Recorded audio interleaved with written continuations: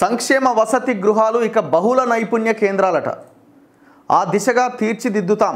తెలంగాణ విద్యార్థులను దేశ సంపదగా మారుస్తాం. కామన్ డైట్ ప్రారంభోత్సవంలో ముఖ్యమంత్రి రేవంత్ రెడ్డి. చిలుకూరులో సహపంక్తి భోజనం చేస్తూ విద్యార్థులతో ముచ్చటిస్తున్న సీఎం రేవంత్ రెడ్డి. ఇప్పుడు నేను ఇక్కడ చూసిన ఫోటో ఏంటంటే, సరే ఏ లీడర్ ఎవరికి పోయినా ఇట్లనే ఉంటుంది, ఏడికి పోయినా అక్కడ కిన్లే వాటర్ బాటిల్స్ ఉన్నాయి, రైట్. రోజు ఆ పిల్లలకి ఆ కిన్లే వాటర్ బాటిల్ ఉండదు. ఫస్ట్ మీరు చెక్ చేయాల్సింది ఏంటంటే అక్కడ క్వాలిటీ ఆఫ్ వాటర్ దొరుకుతుందా లేదా అన్నది చూడాలి. ఎందుకంటే ఆ నీళ్ళ కలుషితం వల్ల కూడా పిల్లలు అనారోగ్యం బారిన పడడానికి అవకాశాలు ఎక్కువ. అసలు వాళ్ళు ఏం వాటర్ వాడుతున్నారు? ఇప్పుడు వాటర్ ప్లాంట్ పెడుతున్నారు, ఎవరో ఒకరు వాటర్ ప్లాంట్ ఇస్తున్నారు, వాటర్ ప్లాంట్ పెడుతున్నారు, అదో సంవత్సరం నడుస్తుంది, సంవత్సరం తర్వాత కథం, దాని మెయింటెనెన్స్ ఉండదు, కథం అయిపోద్ది. అది కనబడుతుంది ఆడ వాటర్ ప్లాంట్ ఉన్నట్టు, కానీ నీళ్ళు రావు. అండ్ ఇంకొకటి దాన్ని ఎవ్రీడే చెక్ చేస్తూ ఉండాలి. టీడీఎస్ ఎంత వస్తున్నది, క్వాలిటీ ఆఫ్ వాటర్ వస్తుందా లేదా అని చెక్ చేసి ఆ నీళ్లు తీసుకోవాల్సి ఉంటుంది. ఈ చెక్కింగ్ చేసుడు ఇదంతా కథ ఏమి ఉండదు. ఎప్పుడో వాడు రిపేర్కి వస్తే చేయాలా, లేకపోతే లేదు.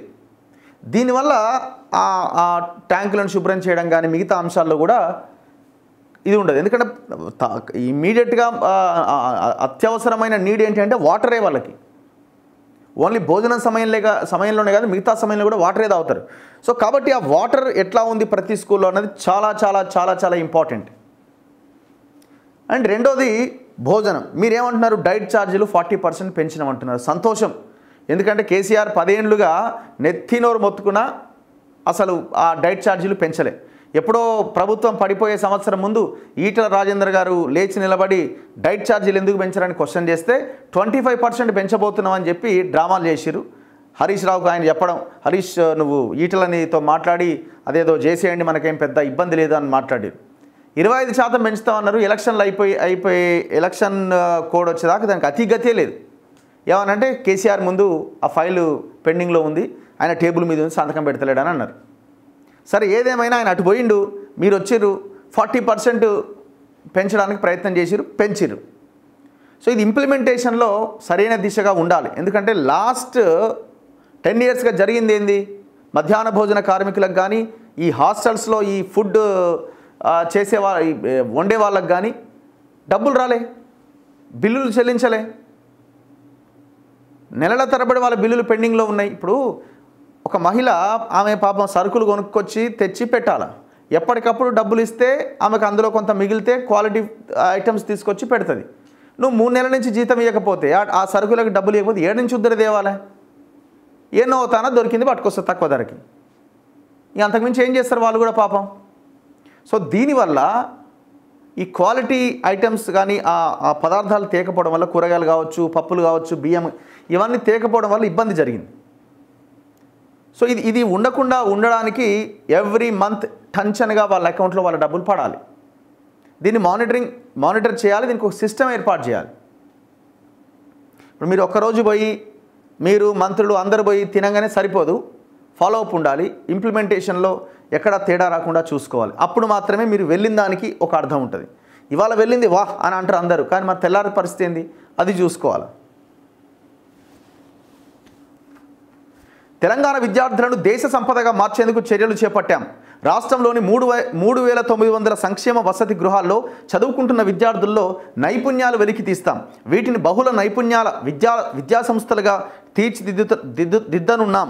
విద్యార్థులు ప్రభుత్వ పాఠశాలలు, వసతి గృహాల్లోనే చదువుకునేలా కార్యాచరణ రూపొందించబోతున్నాం అని ముఖ్యమంత్రి రేవంత్ రెడ్డి తెలిపారు. వసతి గృహాల్లో పిల్లల కోసం కామన్ డైట్ పథకాన్ని హైదరాబాద్ శివార్లు చిలుకూరులోని సాంఘిక సంక్షేమ వసతి గృహంలో ముఖ్యమంత్రి శనివారం ప్రారంభించారు. వాళ్ళతో పాటు గురుకులాల్లో సందడి. రాష్ట్ర వ్యాప్తంగా పండుగల కామన్ డైట్ ప్రారంభోత్సవాలు, విద్యార్థులు తల్లిదండ్రులతో కలిసి భోజనాలు చేసిన మంత్రులు, ఎమ్మెల్యేలు. సంక్షేమ విద్యార్థులకు సంపూర్ణ భోజనం. నెలకు 6 సార్లు మాంసాహారం, 2 సార్లేమో మటన్ పెడతారట, 4 సార్లేమో చికెన్ అట. మిగిలిన రోజుల్లో గుడ్డు తప్పనిసరి. సో ఎవ్రీడే గుడ్డు పెట్టాలి అన్న ఒక నిర్ణయానికి వచ్చారు. మంచిది ఇది. ఎందుకంటే ఆ ప్రోటీన్ ఆ పిల్లలకు ఉంటేనే, ఆ హెల్త్ బలంగా ఉంటేనే, మంచిగా ఉంటేనే చదువుకోవడానికి ఒక అడుగు ముందుకేయడానికి అవకాశం దొరుకుతుంది. మీరు చూడండి, గవర్నమెంట్ స్కూల్లోకి వెళ్ళిన ఆ పేద విద్యార్థుల పిల్లలను చూడండి, పౌష్టికాహారం లేక చాలా దారుణంగా ఉంటాయి ఆ శరీరాలన్నీ కూడా. దీన్ని ఇంప్లిమెంట్ చేయండి. ఇంప్లిమెంట్ చేసినప్పుడు శభాష్ అంటారు ప్రజలు.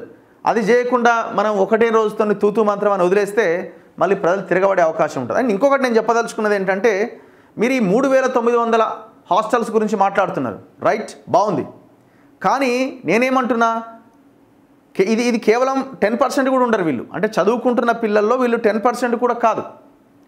90% పిల్లలు ప్రతిరోజు ఇంటికి వెళ్ళి ఆ ఊర్లోనో ఆ మండలంలోనో ఆ పక్కనే ఉన్న స్కూల్కి వెళ్ళి చదువుకొని వచ్చే పిల్లలు ఉంటారు. వాళ్ళకి మీరు ఏం పెడుతున్నారు? ప్రభుత్వం ఏం పెడుతుంది? మధ్యాహ్న భోజనం అనే ఒక పథకాన్ని అమలు చేస్తున్నది. ఆ మిడ్ డే మీల్స్ ఎంత దారుణంగా ఉన్నది, మరి దాని విషయంలో ఏం చర్యలు తీసుకుంటారు అన్నది కూడా ఇక్కడ చాలా ఇంపార్టెంట్.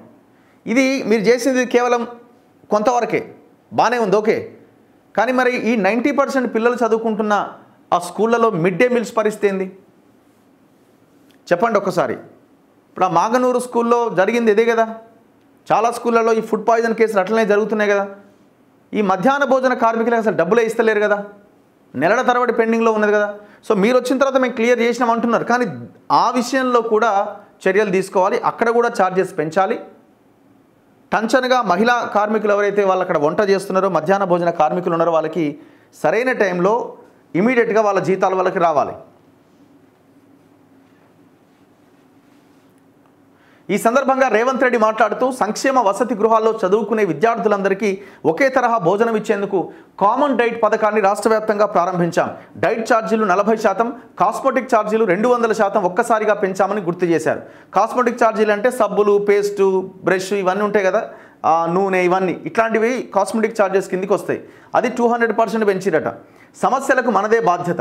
అన్ని కేటగిరీల సంక్షేమ వసతి గృహాలు, కొన్ని ప్రభుత్వ స్కూళ్లలో విద్యార్థులకు పెట్టే అన్నంలో పురుగులు వస్తున్నాయని, ఫుడ్ పాయిజన్ జరిగిందని పత్రికల్లో, టీవీలో వార్తలు వస్తున్నాయి. పిల్లలు ఆసుపత్రుల్లో చికిత్స పొందుతున్నారని, చలికాలంలో వారికి రగ్గులు కూడా లేవని, కొన్ని చోట్ల తాగునీరు ఉండట్లేదని విమర్శలు వస్తున్నాయి. వీటన్నింటికీ మనమే బాధ్యత వహించాలి. గ్రామీణ ప్రాంతాల్లోని తల్లిదండ్రులు ఆర్థిక ఇబ్బందులతో తమ పిల్లలను హాస్టల్స్లో చేర్పిస్తున్నారు. అలాంటి పేద పిల్లలకు నాసిరకం ఆహారం ఇవ్వడం సరికాదు. అందుకే నిధుల సమస్య రాకుండా ప్రతి నెల 10వ తేదీలోపు అన్ని సంక్షేమ వసతి గృహాల బిల్లులు మంజూరయ్యేలా గ్రీన్ ఛానల్ ఏర్పాటు చేశాం. భోజన నాణ్యతను పరిశీలించేందుకు స్థానిక ఎమ్మెల్యేలు, అధికారులు హాస్టళ్లు సందర్శించాలి. మెస్ మేనేజ్మెంట్ కమిటీలో విద్యార్థులను భాగస్వాములను చేయాలి. ఏటా విద్యా సంవత్సరం ప్రారంభంలో పాఠ్యపుస్తకాలు, యూనిఫామ్ ఇవ్వాల్సి ఉండగా వాటిని సక్రమంగా ఇవ్వట్లే. యూనిఫామ్ కుట్టే బాధ్యతను స్వయం సహాయక సంఘాలకు అప్పగించాం. పాఠ్యపుస్తకాలు ముందుగానే సిద్ధం చేయాలంటూ సంబంధిత అధికారులకు ఆదేశాలు జారీ చేస్తున్నాం. విద్యార్థుల సంఖ్యను పెంచుదాం. ప్రభుత్వ పాఠశాలల్లో విద్యార్థుల సంఖ్యను పెంచేందుకు ఉపాధ్యాయులు బాధ్యత తీసుకోవాలి. తల్లిదండ్రులను కలుసుకొని సర్కారీ బడుల్లో బోధన నైపుణ్యాలు, ఆంగ్ల మాధ్యమం, నాణ్యమైన మధ్యాహ్న భోజనం వంటి సదుపాయాల గురించి వివరించాలి. పాఠశాలల మెరుగు కోసం కార్యాచరణ రూపొందించాం. బడ్జెట్లో విద్యాశాఖకు 21,000 కేటాయించాం. ఇప్పుడు మీరు బడ్జెట్లో విద్యాశాఖ కేటాయించింది ఎంత అండి? 7%. ఇవి ఆపండి, మీరు తప్పుడు విషయాలు ప్రజలకు చెప్పొద్దు. ఒక ముఖ్యమంత్రిగా ఉండి మేము 21,000 కోట్ల ఎంత పర్సెంటేజ్ మీరు చేసింది? బడ్జెట్లో మీరు కేటాయించింది ఎడ్యుకేషన్కి 7%, మేనిఫెస్టోలో మీరు చెప్పింది 15%. 15% బడ్జెట్ లేదే మరి.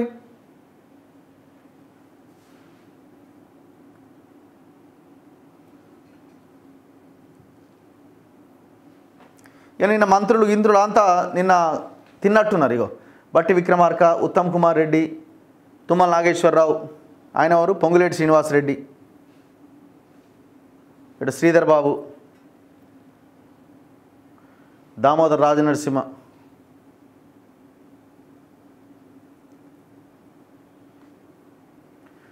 సో ఇది విద్యార్థులకు అందించే భోజనం అట.